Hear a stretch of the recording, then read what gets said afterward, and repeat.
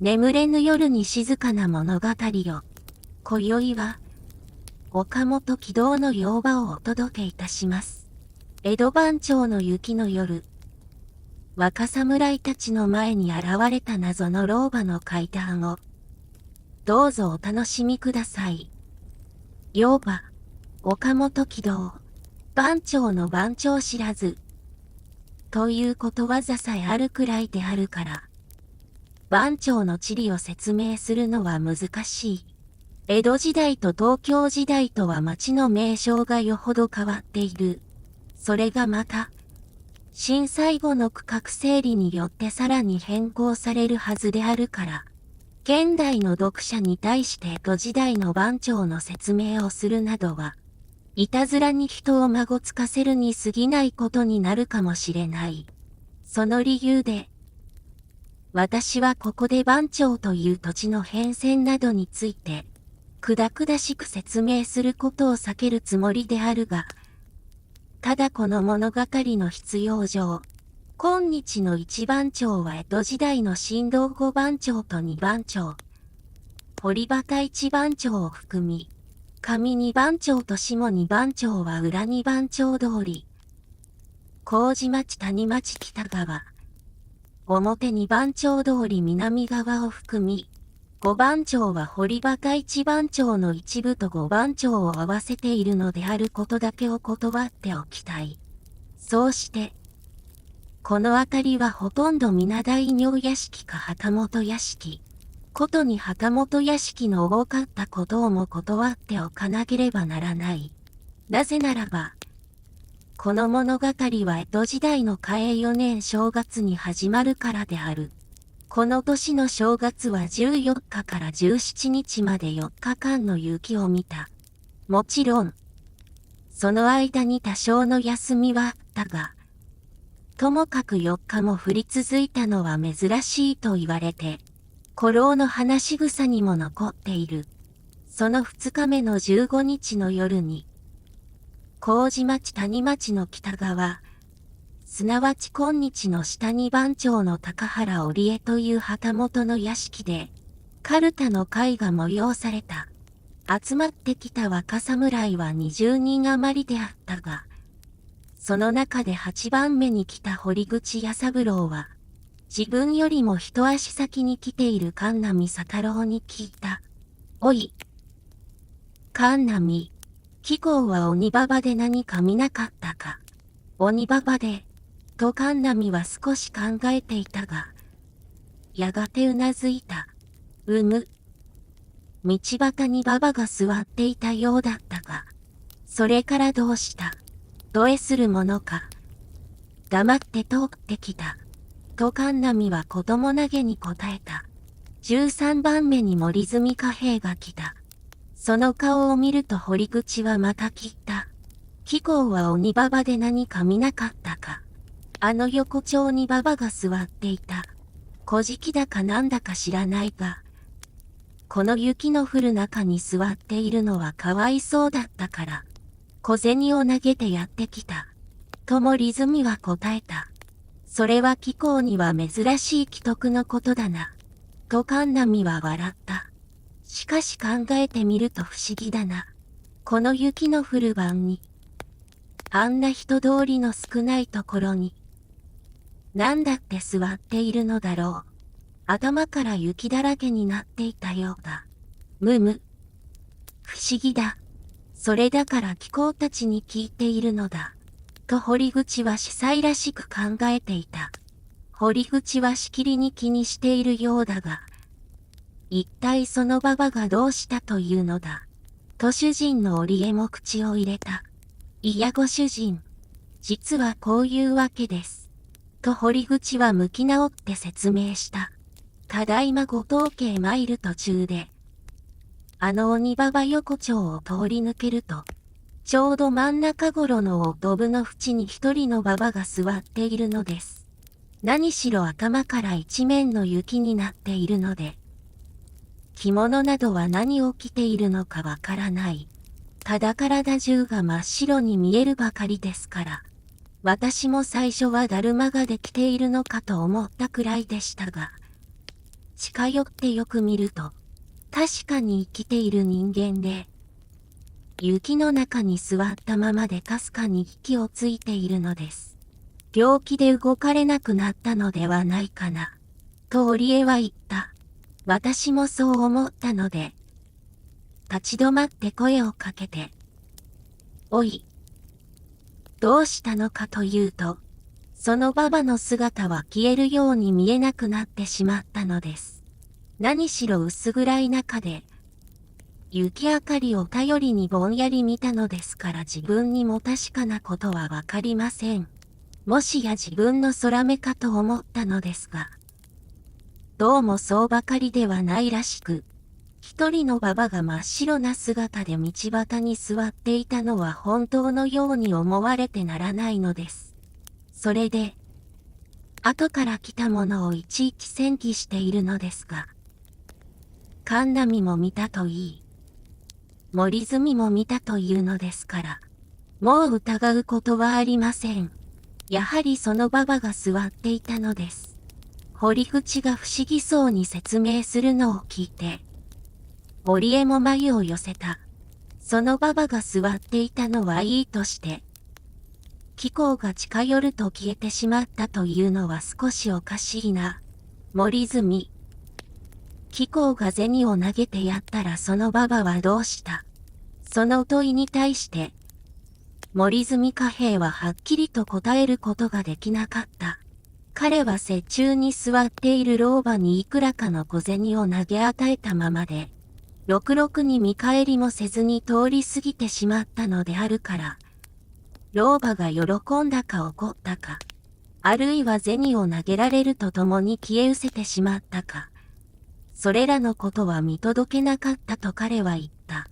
堀口が声をかけて立ち寄ると、老婆の姿は消え失せた。最初の神波は関わり合わずに通り過ぎた。13番目の森住は銭を投げて通った。いずれにしてもこの雪の降る宵に、一人の老婆が道端に座っていたのは事実である。それが第一におかしいではないかと。一座の人々も言い出した。織江のせがれよ一郎は念のために見届けに行ってこようかと立ちかかるのを。父は制した。まあ待て。わざわざ見届けに行くほどのこともあるまい。まだ後から誰か来るだろう。高原の屋敷へ来る者は必ずその道を通るとは限らない。前に言った新五番町や堀橋一番町方面に住んでいる者が、近道を取るために通り抜けるのであるから。神波、堀口、森住の三人以外に、誰がその道を通るかと数えると、同じ方向から来る者のうちに石川房の城があった。石川もやがて来るだろうから。その話を聞いた上のことだ。そのうちに他の人々もおいおいに集まってきたが、石川はまだ見えなかった。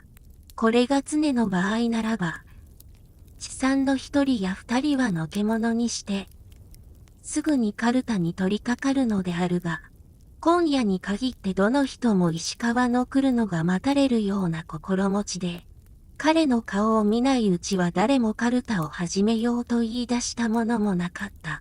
カルタの会が百物語の会にでも変わったように、一種の暗い空気がこの一座を押しくるんで、誰もかも皆黙っていた。10畳と8畳の二間をぶち抜いた座敷の真ん中に、三つの大きい燭台の火が気のせいかぼんやりと曇って、庭先の八つ手の葉にさらさらと舞い落ちる雪の音が静かに聞こえた。日の暮れた後、一人の老婆が雪の降る道端に座っていたというのは、なるほど不思議といえば不思議であるが、さらに人々を不思議がらせたのは、その場所が鬼ババ横丁であるということであった。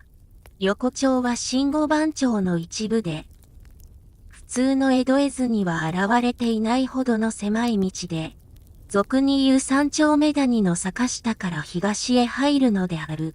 ここらの坂下は谷と呼ばれるほどの低地で、遠い昔には柳川という川が流れていたとか伝えられ、その川の名残かとも思われる大溝が、狭く長い横丁の北側を流れて、千鳥ヶ淵の方向へ注ぎ入ることになっている。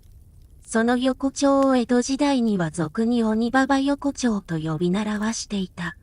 鬼馬場という恐ろしい名がどうして起こったかと聞くと、いつの頃のことか知らないが、麹町通りのある酒屋へ毎夕一人の老婆が一合の酒を買いに来る。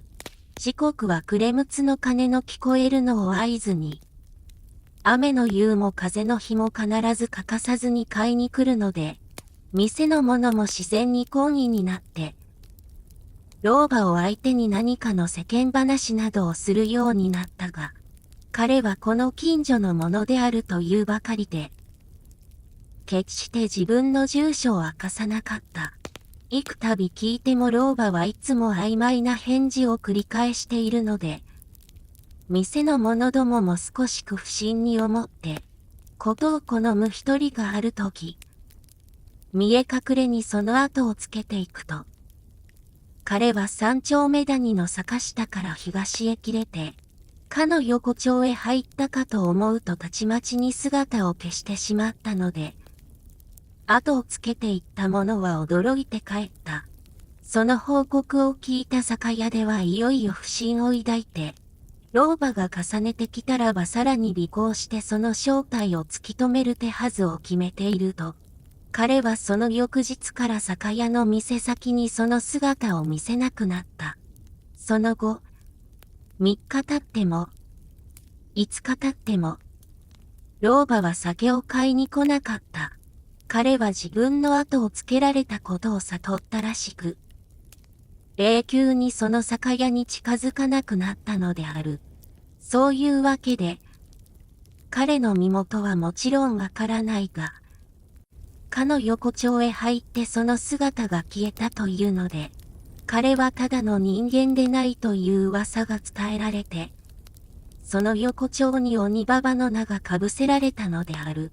江戸が東京と変わった後、その大溝はよほど狭められ、さらに震災後の区画整理によって、溝は暗渠に作り変えられ、道幅も在来の3倍以上の広い明るい道路に生まれ変わって、全く昔の姿を失ってしまったが、明治の末頃までは鬼馬場横丁の俗称が古老の口に残っていて、我々が子供の時代にはそのものすごい名に小さい魂を脅かされたものであった。太田蜀山人の一話一言にも同じような怪談が伝えられている。天明5年の頃、麹町に十兵衛という飴屋があって、平素から正直者として知られていたが、ある日の夕方に見慣れない男の子が来て店先に遊んでいるので、十兵衛は商売物の飴をやると彼は喜んで帰った。その以来、夕方になると彼は飴をもらいに来た。それが幾日も続くばかりか。かつてここらに見かけない子供であるので、十兵衛も少し不審を抱いて、ある日密かにその後をつけてゆくと、彼は半蔵門の土手伝いに歩み去って、堀の中へ入ってしまったので、さてはお堀に住むカッパであろうと思った。男の子はその後しばらく姿を見せなかったが、ある日また訪ねてきて、先頃の飴の例だと言って、一枚の銭をくれていった。銭は表に馬の形が現れていて、裏には十二支と東西南北の文字が彫られてあったということである。こうした類の怪談は江戸時代の山の手には多く伝えられていたらしい。そこで、今夜かの3人の若侍が見たという怪しい老婆も、その場所が鬼馬場横丁であるだけに、もしやかの伝説の鬼馬場ではないかという疑いが諸人の胸には高まって、カルタはそっちのけに、もっぱらその妖婆の問題を研究するようになったのである。石川は遅いな、と言い合わせたように、二三人の口から出た。その時である。用人の鳥畑重助が慌ただしくこの座敷へ入ってきた。石川さんがご門前に座っているそうでございます。石川が座っている。どうした？どうした？待ちかねている人々はバラバラと座を立った。石川房の城が高原の屋敷の門前に座っていたというのは、門番の報告である。門前が何か物騒がしいように思ったので、彼は窓から表を覗くと、一人の侍が傘を投げ捨てて刀を抜いて、そこらをむやみに切り払っているようであったが、やがて刀を持ったままで雪の中に座り込んでしまった。酔っているのかどうかしたのかと。門番はくぐり門を開けて出ると、それはかの石川房の城であることがわかった。石川はよほど疲れたように、肩で大きい息をしながら空を睨んでいるので、ともかくも介抱して玄関へ連れ込んで、その次第を用人の鳥畑に訴えると、鳥畑もすぐ出て行って、女中たちに指図してまず石川の体の雪を払わせ、水など飲ませておいておくへ知らせに来たのであった。さあ、しっかりしろ。しっかりしろ。大勢に取り巻かれながら、石川は座敷へ入ってきた。石川は今年20歳で、去年から番入りをしている。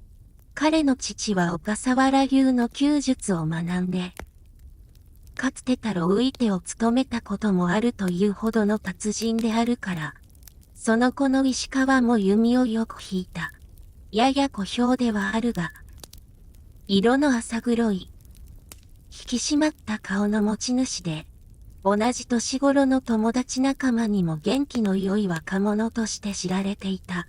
その石川の顔が今夜はひどく青ざめているのが人々の注意を引いて、主人の織江は笑いながら聞いた。石川、どうした？気でも違ったか？いや、気が違ったとも思いませんが、と石川はうつむきながら答えた。しかしまあ気が違ったようなものかもしれません。考えると、どうも不思議です。不思議という言葉に、人々は耳を引き立てた。一座の瞳は一度に彼の上に集まると、石川もだんだんに気が落ち着いてきたらしく、主人の方に正しく向かって、いつものようにはっきりと語り続けた。出先に読んどころない用ができて、時刻が少し遅くなったので、急いで家を出て、鬼馬場横丁に差し掛かると、横丁の中ほどの大溝の際に、一人の真っ白な馬場が座っているのです。やっぱり座っていたか。と堀口は思わず口を入れた。むむ。座っていた。と石川はうなずいた。おかしいと思って近寄ると、その馬場の姿は見えなくなった。いや、見えなくなったのではない。いつの間にかに3軒先へ引っ越しているのだ。いよいよおかしいと思ってまた近寄ると、馬場の姿はまたに3軒先に見える。なんだかじらされているようで、俺も尺に触ったから、履いている足田を抜いて叩きつけると、馬場の姿は消えてしまって、足田は大溝の中へ飛び込んだ。やれやれ、堀口は舌打ちした。仕方がないから、俺も思い切って裸足になって、横丁を足早に通り抜けると、それきりで馬場の姿は見えなくなった。これは自分の目のせいかしらと思いながら、ここの屋敷の門前まで来ると、馬場はもう先回りをして雪の降る往来中に座っているのだ。貴様は何だと声をかけても返事をしない。俺ももう我慢ができなくなったから。傘を放り出して刀を抜いて、真っ向から切りつけたが手応えがない。と思うと、ババはいつの間に俺の後ろに座っている。こんちくしょうと思ってまた切ると、やっぱり何の手応えはなくって、今度は俺の右の方に座っている。不思議なことには決して立たない。いつでも雪の上に座っているのだ。こうなると、俺も少しのぼせてきて、すぐに右の方へ切りつけると、ババめ今度は左に回っている。左を切ると、前に回っている。前を切ると、後ろに回っている。何しろ雪の激しく降る中で、白い影のようなやつがふわりふわりと動いているのだから、始末に追えない。俺もしまいには夢中になって、めった殴りに切り散らしているうちに、息が切れ、体が疲れて、そこにどっかりと座り込んでしまったのだ。ババはどうしたとカンナミが聞いた。どうしたかわからない。と石川はため息をついた。門番の目には何にも見えなかったそうだ。なんだろう。それが雪女郎というものかな。と他の一人が言った。それとも、やっぱり例の鬼ババかな。とまた一人が言った。むむ。と主人の織江は考えていた。越後には雪女郎というものがあると聞いているが、それも嘘だか本当だかわからない。北国でいう雪しまきの類で、激しい雪が強い風に吹きまかれて女のような形を見せるのだというものもある。鬼ババ横丁の鬼ババだっていつの昔のことかわからない。もし果たしてそんなババが住んでいるならば、今までにも誰かで会ったものがありそうなものだが、ついぞそんな噂を聞いたこともないからな。石川一人の出来事ならば、心の迷いと亀のせいとかいうことになるのであるが、神波といい、堀口といい、森住といい、他にも三人の証人があるのであるから、織江も一方に否認説を唱えながらも、さすがにそれを力強く主張するほどの自信もなかった。さっきから待ちかねていたせがれの与一郎は思い切って立ち上がった。お父さん。やっぱり私が行ってみてきましょう。では、俺が案内する。と神波と堀口も怒った。まだ他にも5、6人立ちかかったが、夜中に大勢がどやどやと押し出すのは、世間騒がせであるという主人の意見から、与一郎と神波と堀口の3人だけが出て行くことになった。昔の俳句に、綱が立って綱が噂の雨よかな。というのがある。渡辺の綱が羅生門と行き向かった後で、綱は今頃どうしているだろうという噂の出るのは当然である。この席でもやはり、三人の噂をしているうちに、雪の夜はおいおいに更けた。与一郎らは張り合い抜けのしたような顔をして引き上げてきて、屋敷から横丁までの間には何者も見えなかった。横丁は念のために2度も往復したが、そこにも犬ころ一匹の影さえ見出されなかったと報告した。そうだろうな。と織江はうなずいた。そんなことに邪魔をされて、今夜のカルタ会はとうとうお流れになってしまった。夕方から用意してあった五目寿司がそこに持ち出され、人々は寿司を食って茶を飲んで、4つ頃まで雑談にふけていたが、その間にも石川はいつもほどの元気がなかった。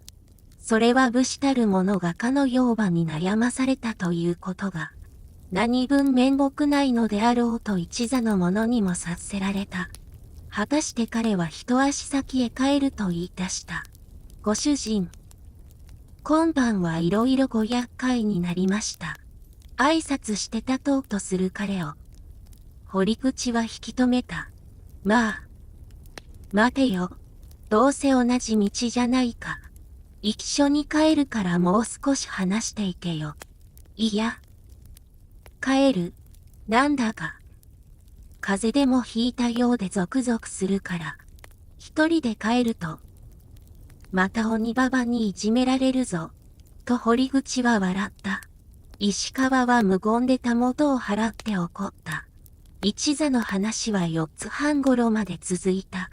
カルタ会は近日さらに催すということにして、20人余りの若侍は主人に糸間を告げて、どやどやと表へ出ると、更けるにつれて、雪はいよいよ激しくなった。思いのほかに風はなくて、細かい雪が静かに降りしきっているのであった。こりゃ積もるぞ。明日は止んでくれればいいが、こんなことを言いながら、人々は門前で思い思いに分かれた。神奈美佐太郎、堀口弥三郎、森住カフェ。この3人は同じ方角へ帰るのであるから、連れ立って鬼ババ横丁を通り抜けることになると、西から東へ抜ける狭い横丁は北風を遮って、ここらの雪は音もなしに降っていた。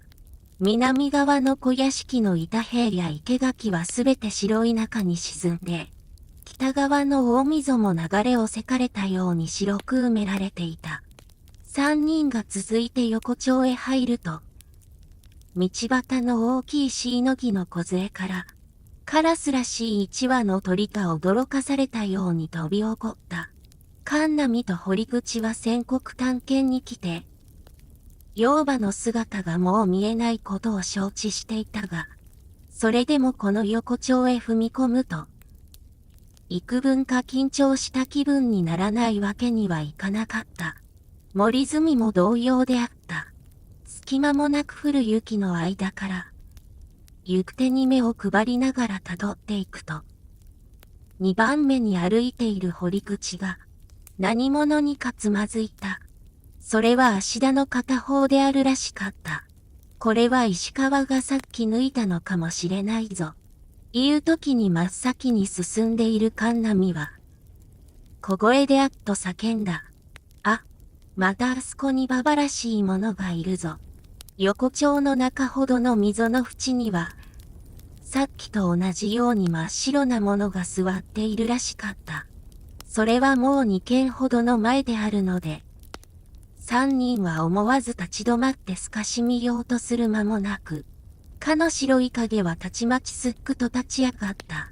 こちらの3人は、道が狭いのと、傘を差しているのとで、自由に身をかわすことができなかった。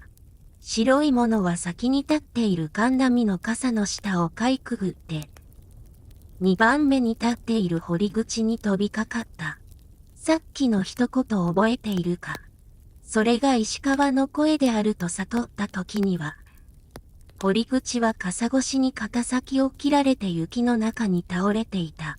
神奈美も森住も驚いて前後から支えようとすると、石川は身を翻して大溝へ飛び込んで、カワウソのように素早く西の方へ逃げ去った。あっけに取られたのは神奈美ら2人である。彼らは石川を追うよりもまず堀口を抱え起こして介抱すると、傷は左の肩先を深く切り下げられていた。幸いに堀口の屋敷は近所であるので、神奈美は残って彼を介抱し、森住はその次第を中心にかけていった。堀口の屋敷から向かいの者が来て、手負いを連れて戻ったが、何分にも傷が重いので治療が届かなかった。あくる朝、その知らせに驚かされて、高原の屋敷から与一郎が見舞いに駆けつけた時には、堀口はもうこの世の人ではなかった。家内の人々の話によると、彼は苦しい息の間に、白い馬場が枕元に来ていると、幾度か繰り返していったそうである。それを聞いて与一郎はいよいよ顔色を暗くした。下手人の石川の戦技は厳重になった。彼が堀口に切りかかるときに、さっきの一言、と言ったのから想像すると、高原の屋敷で、一人で帰ると、また鬼ババにいじめられるぞ、と堀口にからかわれたのを根に持ったものらしい。それだけの意趣で竹馬の友とも言うべき堀口を殺害するとは、何分にも返しがたいことであるという説もあったが、それを除いては他に司祭がありそうにも思えなかった。ことに本人の口から、さっきの一言、と叫んだのであるから、それを証拠とする他はなかった。それらの事情も本人を取り押さえれば明白になるのであるが、石川はその場から姿を消してしまって、自分の屋敷へも戻らなかった。あくる16日も雪は降り続いた。堀口の屋敷では、今夜が通夜であるというので、高原の与一郎や、神波や森住はもちろん、カルタ会の仲間たちも昼間から皆寄り集まっていた。高原織江も平勢からの知り合いといい、ことに自分の屋敷のカルタ会から起こったことであるので、せがればかりを名題に差し出してもおかれまいと思って、日が暮れてから中堅一人に提灯を持たせて、自分も堀口の屋敷へ悔やみに行くことにした。人もしころから小ぶりにはなったが、それでも細かい雪が静かに降っていた。今夜も風のない夜であった。三丁目谷の坂下へ来かかると、麹町通りの方から雪を蹴るようにして足早に降りてくる人々があった。